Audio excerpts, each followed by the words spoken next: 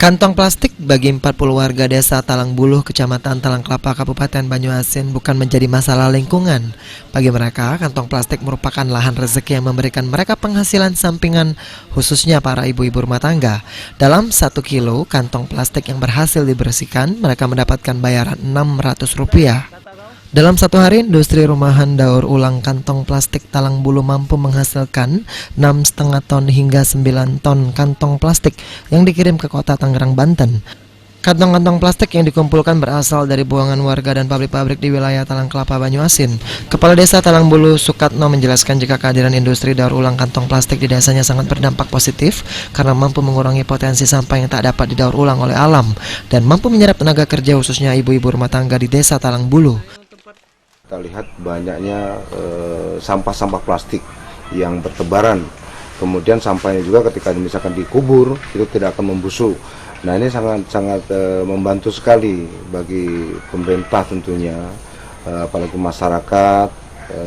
Pendaur ulang sampah plastik yang dikelola ini sangat berdampak positif.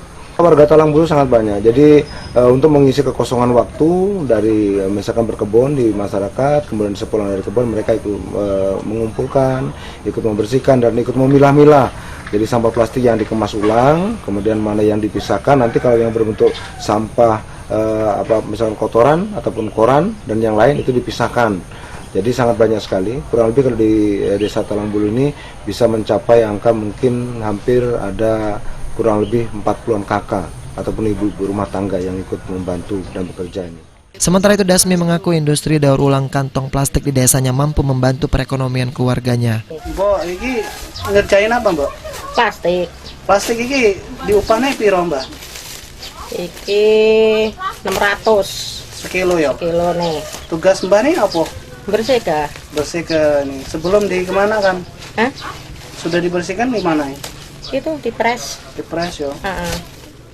Sejak diberlakukannya kantong berbayar Rp200 oleh pemerintah, hingga kini belum mengurangi jumlah kantong plastik yang masuk ke industri daur ulang kantong plastik di Desa Talangbuluh. Sulaiman, PAL TV.